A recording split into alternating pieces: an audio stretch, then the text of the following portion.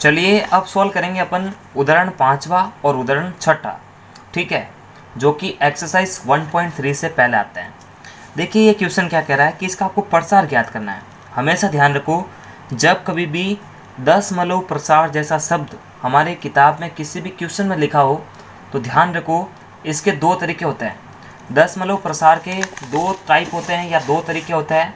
पहला होता है प्रसार शांत है और दूसरा होता है प्रसार अशांत है। मैं एक बार आपको यहाँ पर जो है लिख के बताना चाहूँगा कि जब कभी भी जो है दशमलव प्रसार की बात हो तो घबराना बिल्कुल नहीं है।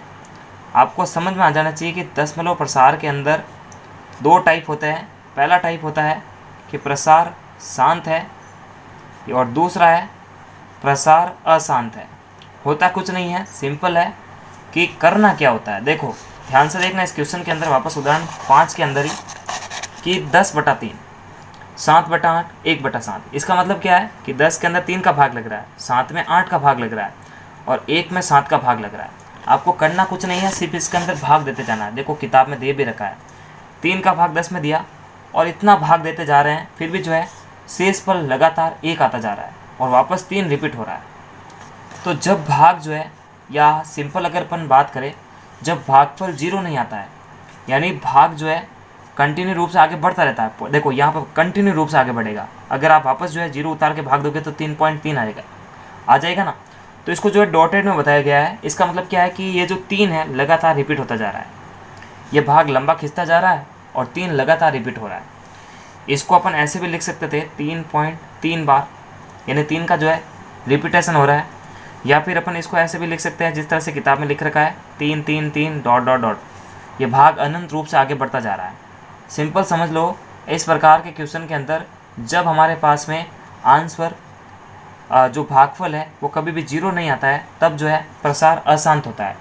यहाँ देखो भागफल 0 नहीं है, लेकिन यहाँ पर तो भागफल 0 है, बराबर भाग चला गया, तब तो प्रसार शांत हो जाता है। यहाँ पर भी देखो प्रसार जो है अशांत है, क्योंकि देखो भागफल 1 आ रहा है और इसको भाग देंगे ना तो लगातार वापस आगे संख्या रिपीट होती जाएगी, यानी ये जो ग्रुप है ये रिपीट होता जाएगा, ठीक है ना। यानी ये जो ग्रुप है वो रिपीट होता जाएगा। तो अपन समझ सकते हैं कि ये जो है अशांत है वो शांत है और ये वापस अशांत है। अशांत शांत, चलो मैं लिख भी देता हूँ, अशांत, ये हो गया शांत और वो हो गया अशांत। देखो किताब पलटते हैं और किताब के पीछे कुछ जानकारी और दे रखी है जो आपके नॉलेज को इंक्रीज कर सकती है। देखो यहाँ पे क्या लिख रखा है कि जब शेष शून्य हो जाता है, तो जो है ना दो कंडीशन बताई थी ना कि शेष शून्य हो जाता है, यानी शेषफल की बात कर रहा है, तब तो वो प्रसार शांत हो जाता है। देखो यहाँ पर लिख भी रखा है शांत टर्मिनेटिंग। और जब जो है कभी भी शेष शून्य नहीं होता है तो वहाँ पर जो है अनवसानी आवृत्ति भी बोलते हैं। देखो इसको अनवसानी आवृत्ति भी बोलते हैं, ध्यान रखना। और इसको ही जो है अपन अशांत प्रसार भी बोलते हैं। तो देखो यहाँ पर तो जो था वो 3 रिपीट हो रहा था और यहाँ पर ये पूरा ग्रुप रिपीट हो रहा है। देखो कैसे, ये देखो यहाँ से यहाँ तक लगभग देखो ये 14, 28, 57, ठीक है। ये वाला जो ग्रुप है ना वापस रिपीट हो रहा है। वापस देखो 14, 28, 57, 14, 28, 57 ग्रुप का रिपीटेशन हो रहा है। वहाँ पर जो है ध्यान रखना कौन सी आवृत्ति होती है, वो भी अनवसानी आवृत्ति ही होती है।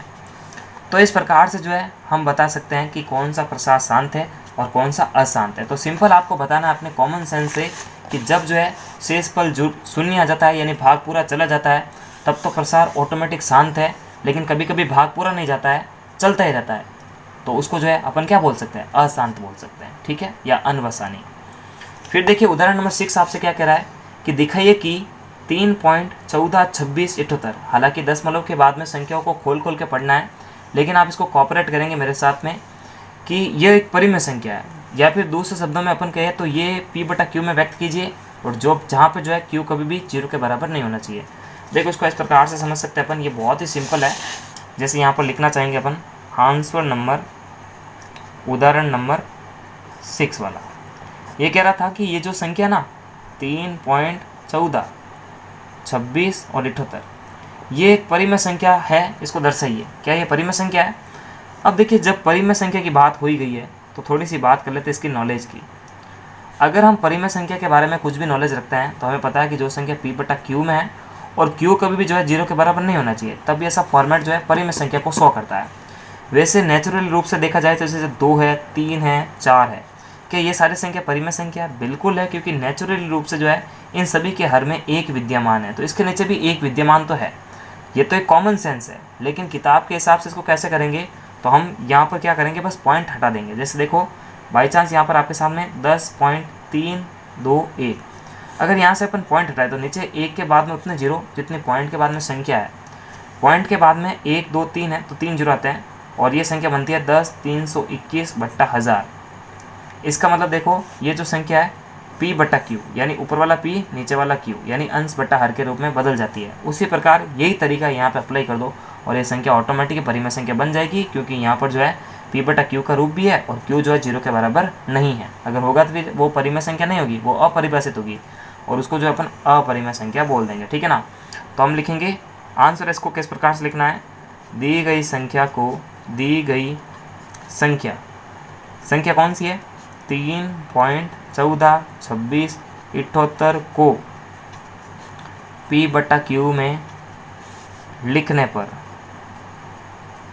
तो p/q में कैसे लिख सकते हैं, ये संख्या उतारो वापस एक बार, 3.142678 के बराबर जो है हम क्या करेंगे, बस पॉइंट हटा देंगे। जैसे ही पॉइंट हटाएंगे नीचे एक के बाद में उतने जीरो जितने पॉइंट के बाद में संख्या है, 1 2 3 4 5 6, तो 6 जीरो, 1 2 3 4 5 6, क्योंकि देखो पॉइंट के बाद में 6 संख्या है, तो ये संख्या बदल जाती है 3142678/100000। अतः यह एक परिमेय संख्या है, यहाँ पर आप लिख सकते हैं अतः यह एक परिमेय संख्या है, क्योंकि ये p/q के रूप में है और q जो है 0 के बराबर नहीं है। ठीक है। तो नमस्कार, थैंक्स फॉर वॉचिंग, और पूरे चैप्टर की जो प्लेलिस्ट की लिंक है वो वीडियो के डिस्क्रिप्शन बॉक्स में दे रखी है, वहाँ जाके आप बैक टू बैक सारे वीडियोस देख सकते हैं। तब तक के लिए लाइक, सब्सक्राइब और शेयर करें। Thank you.